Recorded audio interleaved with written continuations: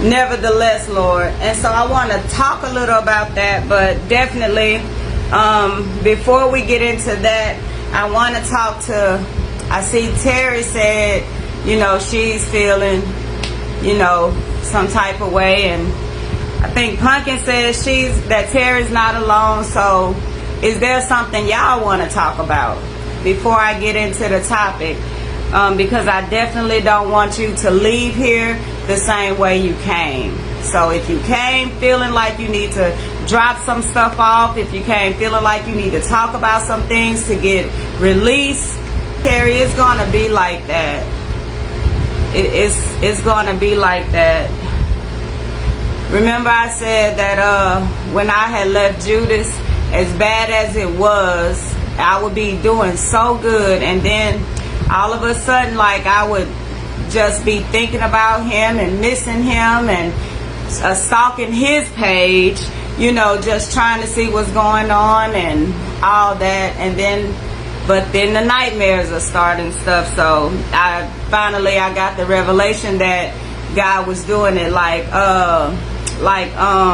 Lot's wife. When she looked back, she turned into a pillar of salt. And even though I didn't turn into a pillar of salt, like the bad vibes, the bad energy, the bad spirits, the nightmares, everything had overtaken me. So I'm just saying that to say I feel you, and I want you to know that that's normal.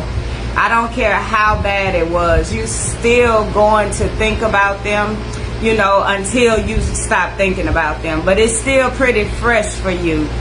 So you have to go through the process, and don't do like I did. I tried to rush through the process. I tried to rush my healing. So, and that didn't help at all.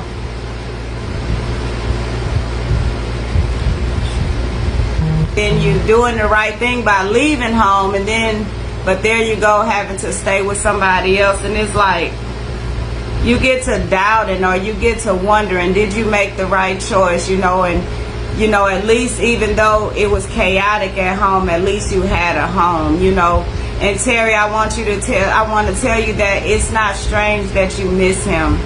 It's not, because that was your norm.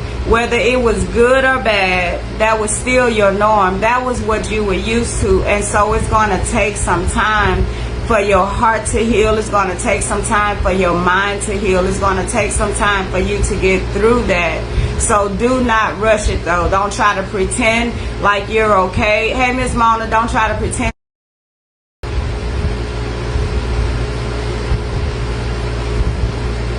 The reason that I titled it Nevertheless, Lord, is because I want to remind y'all about when Jesus was about to be crucified. And he hey Raquel, good evening, thank you. I didn't even know you had accepted the invite to the group. I appreciate it. Before Jesus got crucified, remember, he was in the Garden of Gethsemane, and he was sitting there, and thank you for accepting. And I want y'all to think about, first of all, I want y'all to picture Jesus. I want y'all, right quick, go through the life that the ones that's documented that we know. It was so much more, but we just going to stick on what we know in the Bible. So I want y'all to take a quick journey through the Bible of Jesus' life. Now, here he is the night before he about to get crucified. Now, Jesus is the Son of God. God sent Jesus down, to walk this earth, to go through everything and all this, and then to get crucified. Jesus said, Lord, if it's your will, no, Lord, remove this cup from me. But nevertheless, not my will, but your will, Lord. He was saying that, Lord, it's too much for me. Lord, I knew what my purpose was, but I'm scared. Lord, I've been doing all this. I'm tired. Lord, if there's another way that we can get it through, if there's another way that your people can be saved, if there's another way that they'll still know that I'm saved, if there's another way that we can do this, please don't let me be crucified. Please don't let me hang on that cross. Please don't let the nails come into my hands. Please, Lord, find another way. But then he said, but nevertheless, not my will, but thy will be done. That's what I want to talk about. Because if Jesus, see, we go around here and we think it's something wrong with us. I don't know why we think that we have to be so strong. I hate, and this is real, I hate talking to people, and before they talk, this is what they say.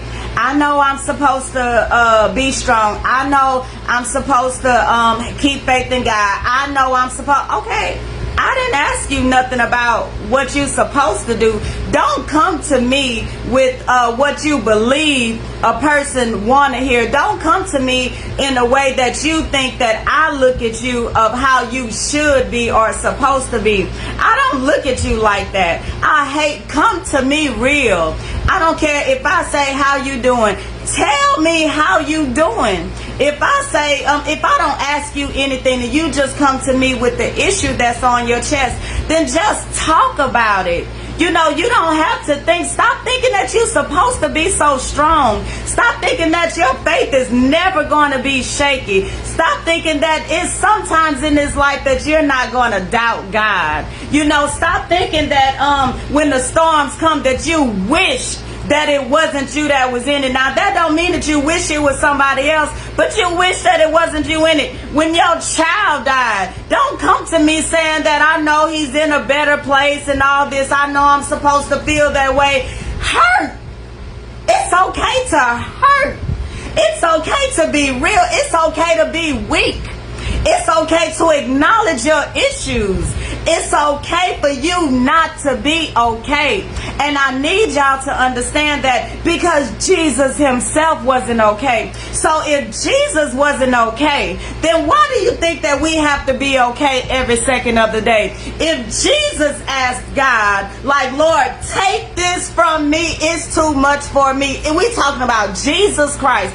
Why do you think that there's no time in life that it's okay for you to say, Lord, you know, it's too much for me. Lord, I don't know what to do. Lord, is there another way? Is there another way that my children can be saved, Lord, than my child getting locked up? And then he find you in there. Is there another way that my daughter get to know you, Lord, instead of her losing her child and then she have no one else to go to, Lord? Is there another way that I can know you as my provider other than me losing my job and going with nothing? Is there another way that I would know you as my healer, Lord, instead of me having to go through cancer and fight this demon? Is there another way, Lord? That's what Jesus said. That's what Jesus asked. So I want you to stop condemning yourself. I want you to stop beating up on yourself. And I want you to stop looking at the next person that may fall weak at times.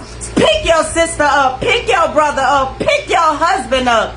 And then tell them it's okay. I understand. Stop acting like we don't understand when somebody going through something. Stop acting like we can't understand when a person walking around angry because they don't have money in their pocket. Stop acting like we don't understand how it feels for us to for somebody to go hungry. Stop acting like you don't know how to put yourself in those shoes, because we've all been there. Maybe it's a different situation, but we've all been there where we've had doubt. We've all been there where we've been without. We've all been there where we've been looked down on and cast out by the people who's supposed to love us the most. They ridicule us and they criticize us, the people that we thought that we could depend on, the people that we thought that were here for us to look on to and to hold on to. So it's okay, because Jesus said it to the one that he thought that he could ask anything of and that he would do. He said, Lord, Father. See, not just Lord. See, not just Lord. He is the Lord, but he called upon his Father. This was a very vulnerable moment where he called upon his Father. Like, Father, help your son, Daddy. This was a daddy and a son moment. Do you know a daddy and a son? Think about your child. And think about when your child coming to you all depressed and stuff, crying. Just picture your child coming to you, tears rolling down their face, and they don't know what to do. And all they want is their mama. Mama, help me, mama. Think about when your child, when you know that your children need you, but then there's nothing that you can do to help them.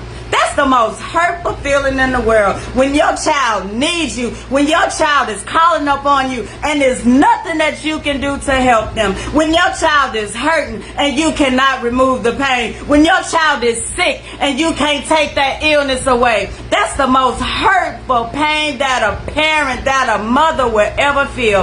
And that's what God was. Jesus was at that moment where our children be. When they say, mama, mama, that's what Jesus did. Daddy, daddy, I'm scared. Daddy, daddy, I don't want to do this. Daddy, daddy, pick somebody else. Jesus said, pick. So he didn't say that. Don't quote me and don't say Adrian don't know the Bible, because I'm just paraphrasing. But I just want y'all to feel me what Jesus said, because he said, if you can remove this cup from me, that means that if there's another way. So even in so, if you can pick some, hey, how about Judas? How about go get Judas? You know, the one that did me in. Because I didn't do nothing wrong, Lord. You know, I did everything I was supposed to do. You wrapped me up in my mama's belly. She had me. We ran for 2 years. I got lost when I was 12 years old inside your house preaching to the people. Went on, followed my earthly daddy and became a carpenter and stuff, and then you called me out, and then I got baptized, and then I went on from there. I helped everybody that needs to be helped. I saved everybody that needs to be saved, that wanted to be saved. I healed everybody who wanted to be healed. I delivered everybody who wanted to be delivered. I loved everybody that I was supposed to love. Jesus loved everybody, and still he had to die. Still. So y'all know, let's go. Jesus was like, yeah, let's get Judas. He deserves it. Judas deserves it. I didn't do wrong. Judas did wrong. Let's put him on the cross. That's how we be. Because we walk around and we say, but I didn't do anything to deserve this. I was good to him. I was good to her. I was faithful. I was a great employee. I showed up on time. I did all my overtime. I cleaned up after everything. I paid for the college. I did this. Like, we start naming everything that we did that's right. And we tell God, even when you obeying God, let's go to a comment. But let me get it back, y'all. I'm sorry. But let's go to when Jesus, okay, how we are, we always think that, that we don't deserve. We always think that that somebody else did worse than us. See, we don't even like to look at our wrongs, because we always pinpoint the next person's wrong. See, we right in everything. We right, because we don't even talk about what we did 2 years ago. We just want to talk about since we've been saved these past 2 years. See, we don't like to talk about that back there. Old things have passed away. I'm a new creature now. Let's not talk about that. We don't want to talk about when we were sleeping with Tom, Dick, and Harry. We don't want to talk about when we was in the club every night that the club was open, twerking and stuff. We don't want to talk about when we was chilling with our friends, smoking weed and all that. We don't want to talk about when we went and we stole an outfit to go out there. We don't want to talk about all that. But I'm here to tell you that the only way you can truly help somebody else is when you talk about that. See, we're not going to be the regular church people. The regular church people, they just want to tell you about this, like the afterlife. They want to tell you about when you die.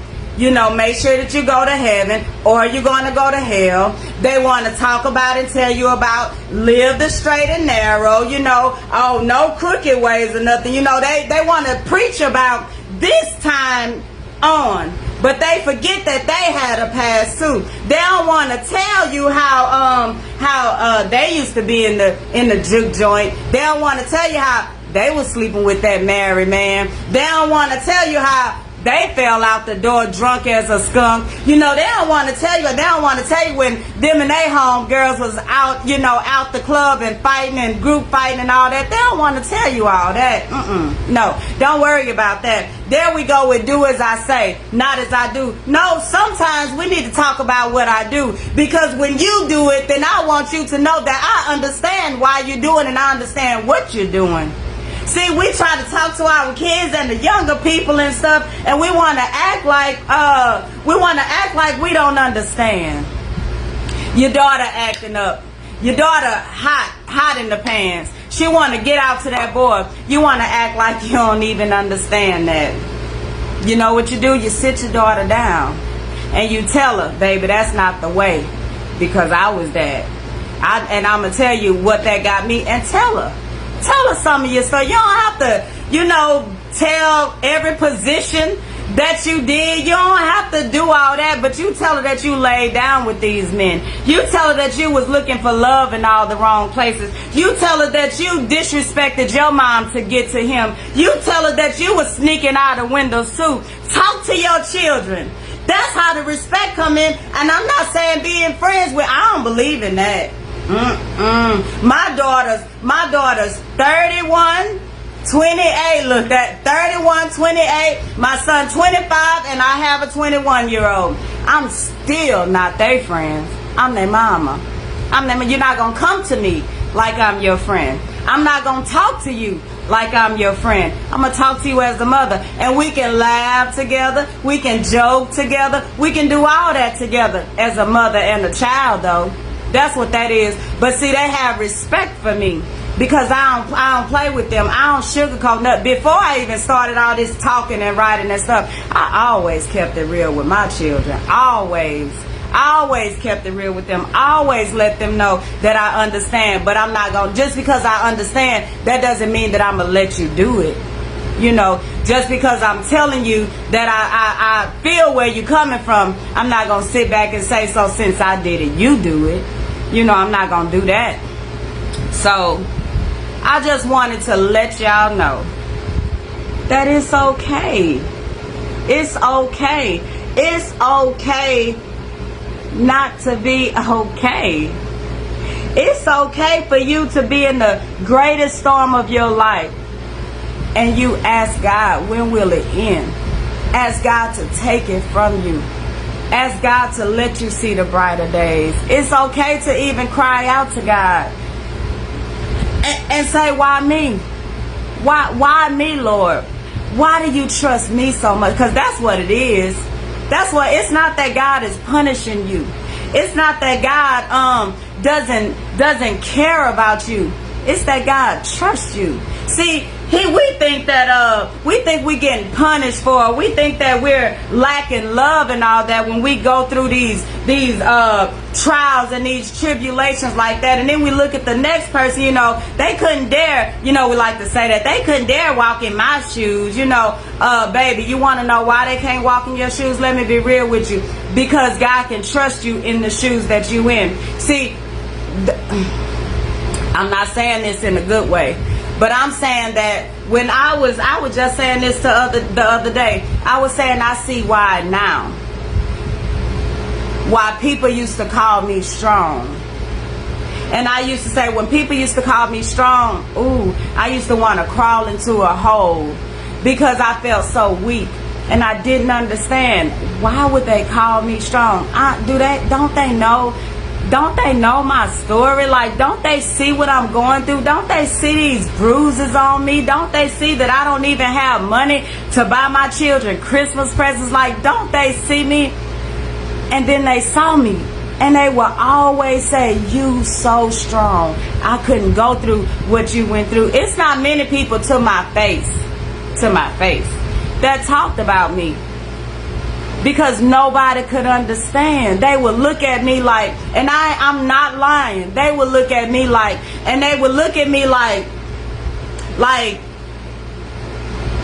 oh Lord, I hate to say this, but like I was some type of angel or something, like down here on earth, going, you know. And they would look at me like that, and I would look away, because don't look at me like that, because I'm not that. I'm a nobody. I'm a nothing. I'm a girl from the projects. Got pregnant at 13 years old. You know, my daddy don't even love me. My daddy didn't want me. My daddy didn't claim me. You know, I had to have other people. My mama, let's get real. My mama chose alcohol over me. My mama sent me away to live with people that I didn't even know when I was 5 years old. No, y'all don't know me. Don't look at me like that. It's nothing good about me. You know, it's nothing great about me. I'm a nobody. I am a somebody, and y'all are somebody. We're all something special, y'all. And it's time that we walk in it. It's time that we, like I tell y'all, I'm going to keep saying this until y'all get it. It's time for us to take our story, claim our story, use our story, not just to help others, but to help ourselves too. Because your story is your story, but it's all about, okay, say Mary had a little lamb. And so you reading, you know, Mary had a little lamb. You know, you say it like that, you read to the kid, Mary had a little lamb. But what if you say, Mary had a little lamb? Then the kids gonna get scared. They're not gonna want to hear that. They're gonna be like, Mom, no, don't read that. Don't read that. It's all about the way you present it. It's all about the way you tell it.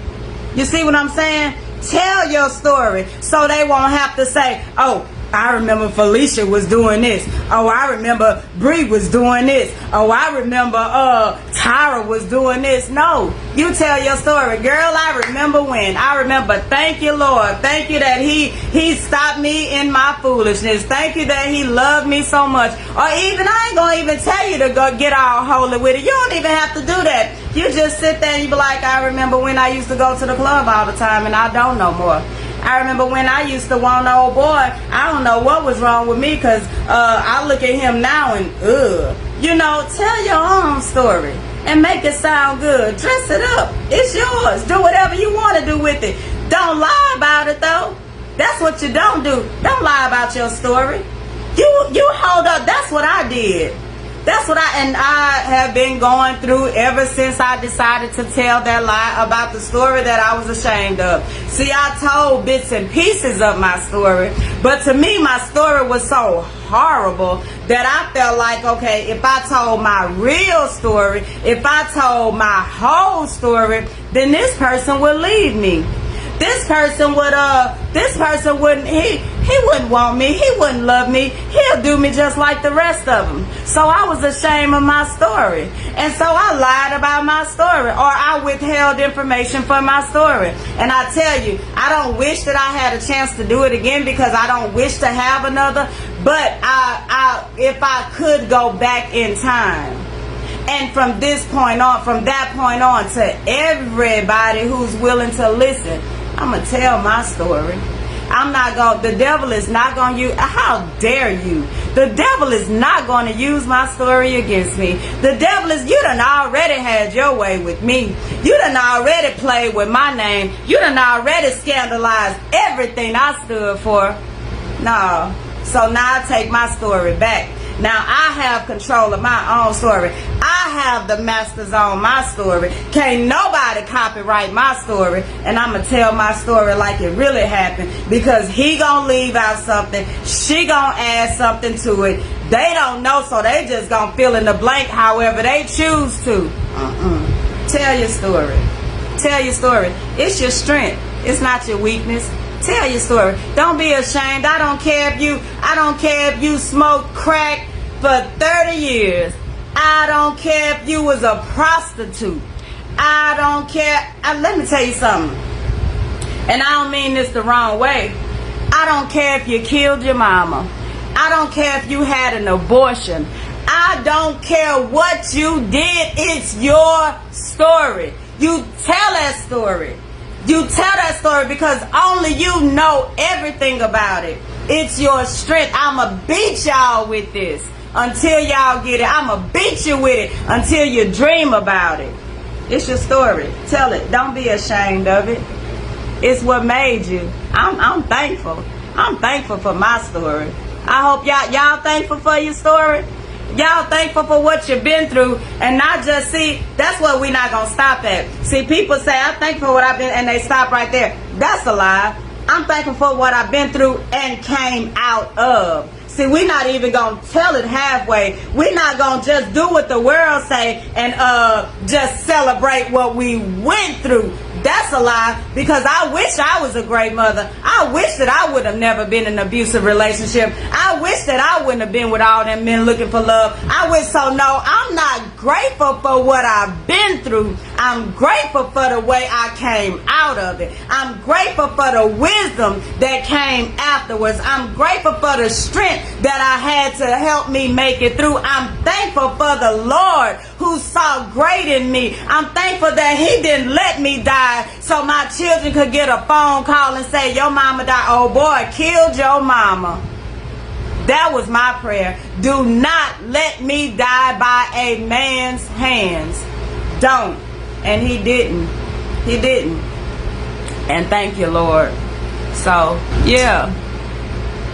We all got a story to tell. Some may not be as worse as others, but you got a story, and it's not all good. Don't let anybody fool you to think that their story is all good. Baby, we got some scare closets, and it's time to let them out. They starting to stink. They rotting in the closet. It's time for you to open that door and let them out. Yeah, let them out. Set them free. Set the skeletons free. Set them free so you can be free. Because as long as you keep it hidden, as long as you ashamed of it, they gonna stink. You're not even gonna be able to. Ooh, I remember. I don't remember the name of this movie, but I saw this movie once, and somebody may know what it is. I don't think it was a popular movie, and it's been years ago, but I'll never forget this. That's right, Stacey. This woman was, this man was going through, and you know, he was married and everything. He just going through life, and over time, like, he was complaining about now people who've been following me a long time, y'all probably remember me telling this because I said it once before in one of my lives, but I'm about to tell it again. You know, as time went on, his shoulder started hurting. His neck started hurting, and then he started leaning over like this, like he couldn't even stand up straight. He ended up like a hunchback, you know, couldn't nothing.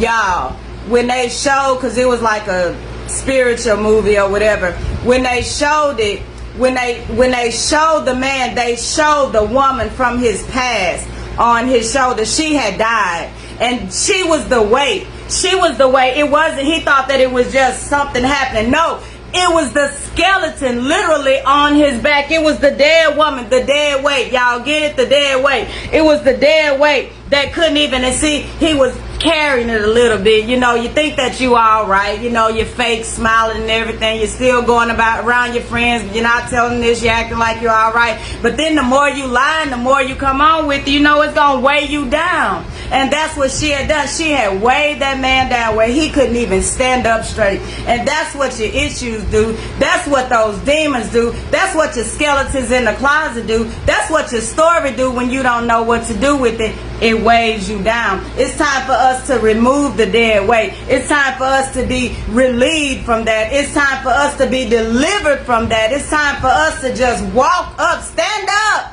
Like for real, stand up. Stand up. It's time for us to stand up right. Chest out, shoulders straight, back up. Like, that's what time it is, okay? Y'all got me? All right, all right. Yes, it does. Yes, it does. Yeah. Anyway, that's a whole nother story. But anyway, and when I saw them for myself, all I saw was death. Like, have you seen a person that's alive that's dead? Have y'all seen that? I have. And it's not a good sight. And that, you know, you start getting the bag. This us. I'm not talking about that. I'm talking about us. The bags under your eyes. Oh, you're tired. Look, can't do nothing with yourself. Can't even barely talk. Like you're pushing everything out of you just to say hello. It's time to be free. God wants to set us free, y'all. He wants to set us free. And I'm willing. I'm willing to be free. Galatians 5:1. That's what's tatted on my foot. That's my scripture. That's my ministry, my everything. That's my scripture. Galatians 5:1. Because I am set free, and I would not go back to any bondage that held me, that captured me, held me bound, nothing like that. I won't be entangled with none of that. And I pray that y'all won't either. So whatever your thing is, own it. Acknowledge it. Be real about it. Yeah, I'm not saying tell the world. I'm not saying do what I do. It's hard doing what I do. I ain't gonna lie. It's hard sitting in front of people that you don't know and people that you do know, and you telling your story and you talking about your personal business and stuff like that. But I know that there's a purpose for it. I know that there's a reason for it. See, people come and tell me all the time how I help them, and I tell them the same thing. You helped me. It's not just me, baby. This a relationship right here. This not just me sitting here talking to y'all. This not just me feeding y'all from what God has given to me. No, God is feeding me too, and y'all are feeding me too. This a relationship.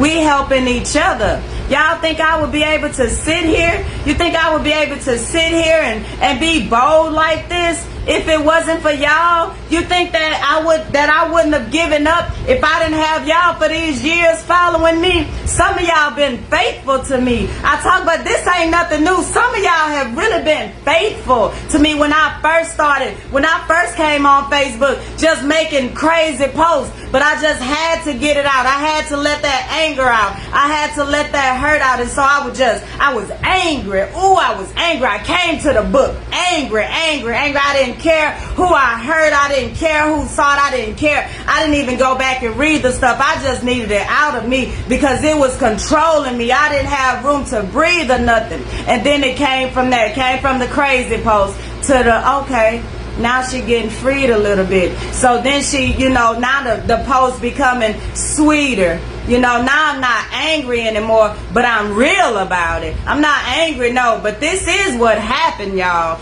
This is the truth about it. So then it went from that to, but God. Oh, but look what God did. Oh, look what God said. Oh, look how God's love. Oh, God's. And so then it came from that. It went from that to me speaking. Like, it's been a process. Y'all, this just didn't happen. And now here I am. Thanks to Bree, and I'm going to give her that. Thank you, Bree, for being so obedient. Because if it wasn't for the vision that God had given her, then I wouldn't be speaking publicly. I had a woman from Texas last year trying to get me over there to speak. And you know what happened? I turned it down. I made up an excuse. And because I didn't think I was ready. And I was scared. So I could have been did this, but God knew I wasn't ready. He knew I knew I wasn't ready. And if I would have went, then, His grace and all that. But the time wasn't then. The time is now. And so I'm thankful for her. And for her being obedient to God with that, now me and Darius is starting the Inside Out ministry where we're going, and Bree is tied to it and all that, because I'm not leaving my sister behind, because she surely didn't leave me behind. But now that got me and Darius doing what we already knew that we were supposed to do. You see what I'm saying? He's sending the right people to you at the proper time to get you on out there. And so now it ain't no stopping us. Now, we here, but we already know. See, me and Darius, we already knew worldwide, baby. Like, we going state to state, city to city, like country to country. We gone. And so all we needed was for God to breathe into Bree. And Bree gave us life. See, she gave me life. And he just gonna bag me up, He gonna support. So it's the people that you're connected to. One plants, one feeds, one waters. And so that's what it was. He knew that Bree would get the only one who would get me to do it. And then he knew that if I go, then Darius just go, because he got the watch and make sure I'm straight. So, amen. Oh, Pumpkin, I've been told you that. And you see what you doing, though. You see that you elevating. You see that you coming on out, because it's your time. We about to do this. So anyway, I love y'all. I did not read most of those comments. Okay, one plant, one water, but God gives the increase. That's it. Thank you for